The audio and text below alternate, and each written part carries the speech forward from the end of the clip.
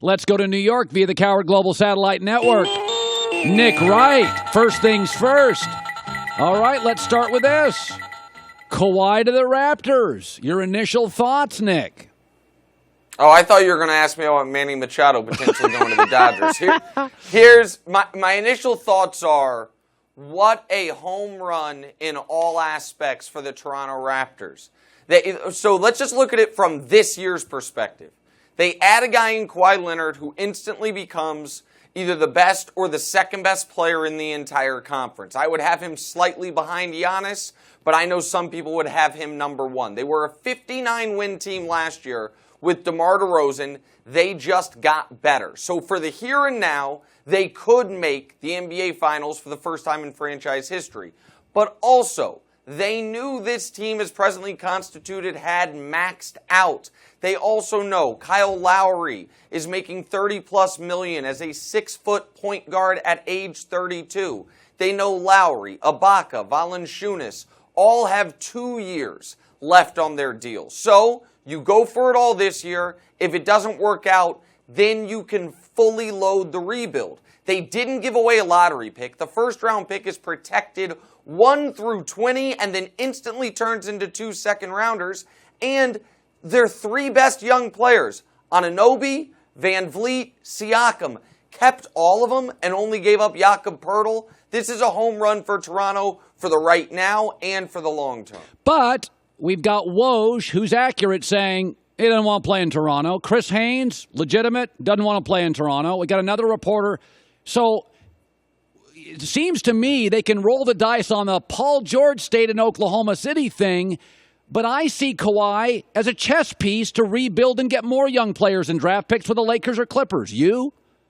All right, so I heard you talking about this, and this is interesting. Could they potentially wait the 60 days or longer that they have to wait before they can trade a player they acquired via trade and actually flip Kawhi for more value than they gave up for him?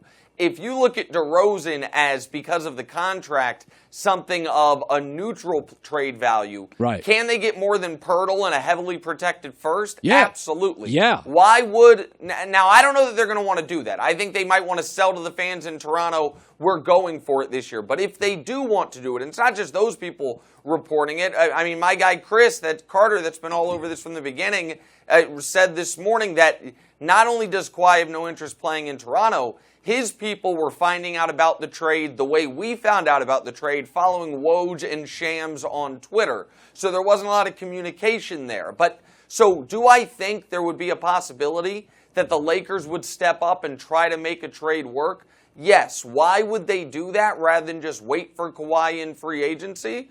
Because, man, oh man, it looks like a brilliant plan if you keep all your young guys and a year from now get Kawhi Leonard. It looks like you have blown the LeBron James acquisition if all of a sudden you don't get Paul George, Kawhi goes to the Clippers, and now you're just hoping some of the Warriors leave in free agency and go to your team. Exactly. So would I roll the dice and still try to acquire Kawhi if I'm the Lakers? If he is available again, yes, I would. See, now I believe, and this is nothing against other networks and reporters, Chris Carter, your co-host, is as dialed into Kawhi as anybody. You and I both know, in my years of doing this for a living, Chris Carter is the most connected athlete I've ever met in my life, maybe the most connected person. So if he is saying that Kawhi doesn't want to play with the Lakers or for the Raptors, I have a hard time believing.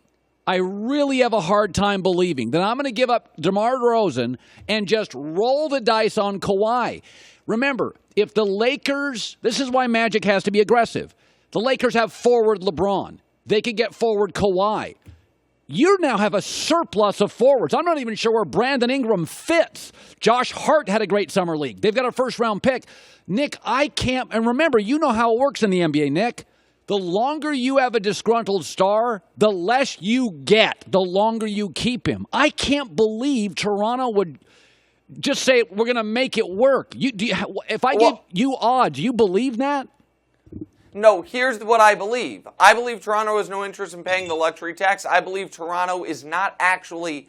I think Toronto's fine with Kawhi walking a year from now. Wow. As long as the salary comes off the books, as long as they then have those expiring Albatross, Lowry, Valanciunas, and Ibaka contracts coming off the books a year later, and you can really tear it all down. Now, if they can move him, not take on long-term salary, and add a Brandon Ingram, then I think it's in play. I also think that they believe it's at least partially in play. Why?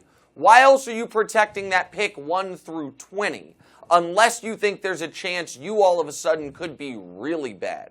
Like, you don't ask for the 1 through 20 protection if you're certain you're going to have Kawhi all year long. But, and listen, you're talking about Chris being connected on this. Chris has been open about this. His agent in football is Kawhi's agent. Chris has talked directly with Kawhi's uncle multiple times. I don't think Chris is he's not doing the Schefter thing where Schefter all of a sudden became an NBA reporter in addition to the NFL stuff. But this is one story he's very dialed in on. But the thing is this, unless Kawhi is going to do something I've never seen an NBA player do, which is simply a star NBA player, fail to report for a trade, then what recourse does he have? He theoretically could not make himself available for the physical from the Toronto doctor. That would void the trade, but Toronto could, their move could be, we don't need a physical. We waive the physical. We want the player. So I don't think Toronto made this trade feeling like we're definitely moving him. I feel like they made the trade feeling like they got better and they have the ability to move him. I do want, everyone's giving the conference to the Celtics. That's okay. That's fine. I know this. There are now 3 teams in the East that have a better player than the Celtics have. I know that Toronto, through 60 games last year when Kyrie was healthy and they had DeMar DeRozan, not Kawhi Leonard, Toronto had a better record than the Celtics.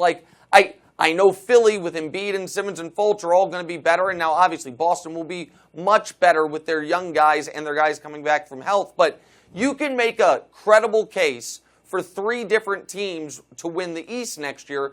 Toronto's now one of them, and so I'm not certain that they're doing this just to move Kawhi. By the way, I think the loser today, you can make your argument Toronto won. I would make my argument that Toronto, Lakers, and Clippers won. The loser today is the Sixers. Here's what I know is not going to happen. That Toronto's going to give Kawhi Leonard to Philly that's got 2 stars, so now they have 3, and you can't beat them for 12 years. I feel like Philly lost today. I think you make the argument Philly and Boston. I think both of those teams, for good or for bad, if we're being honest now, they looked at their rosters, they looked out west to Golden State, and they said, man, even with Kawhi, can we beat them?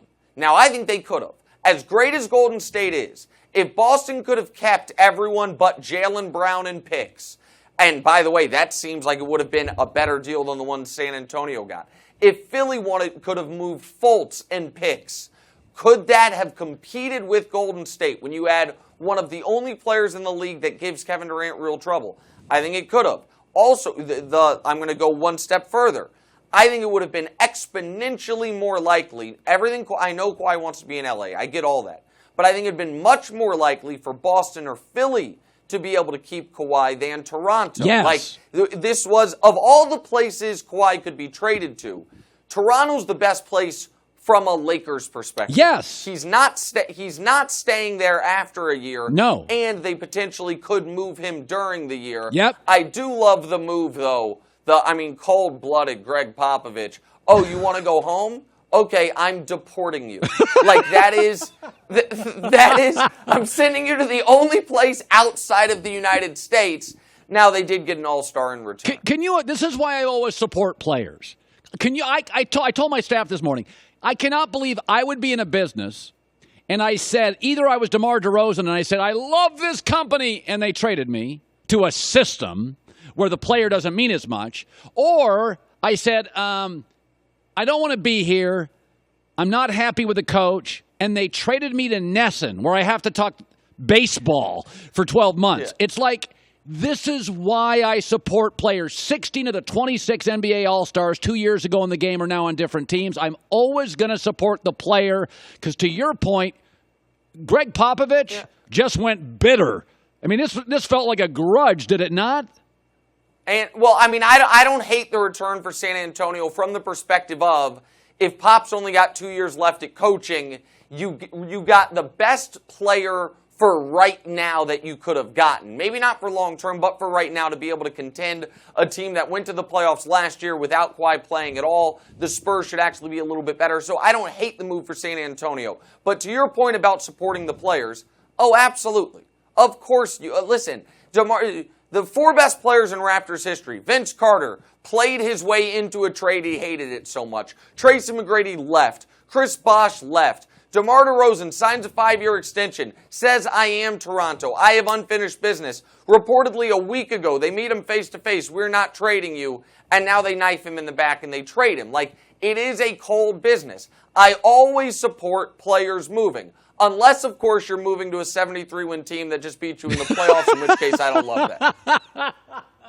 Nick Wright, good talking to you, buddy. Hi, everybody. Thanks for watching. Subscribe here to get the latest from the show. Also, be sure to check out more of the best clips from The Herd or go watch a few segments from other shows on FS1.